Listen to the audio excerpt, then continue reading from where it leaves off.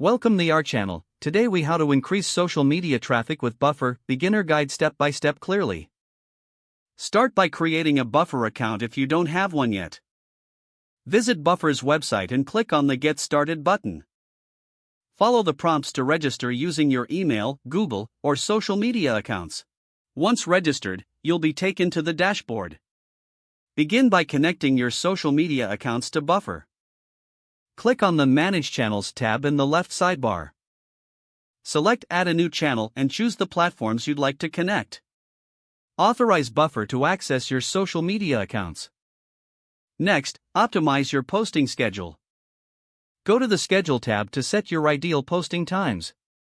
Use Buffer's suggested times or customize them according to your audience's online activity. Now, create engaging content for your posts. Click on the Content tab and choose Create a Post. Add your text, images, and links to make your post appealing. Consider using templates or tools to help design eye-catching visuals.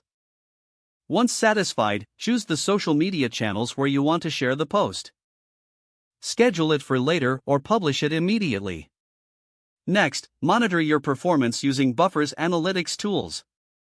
Go to the Analytics tab to view engagement metrics for your posts. Analyze which content is driving the most traffic to your profiles.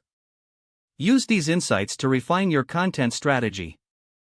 Regularly engage with your audience by responding to comments and messages.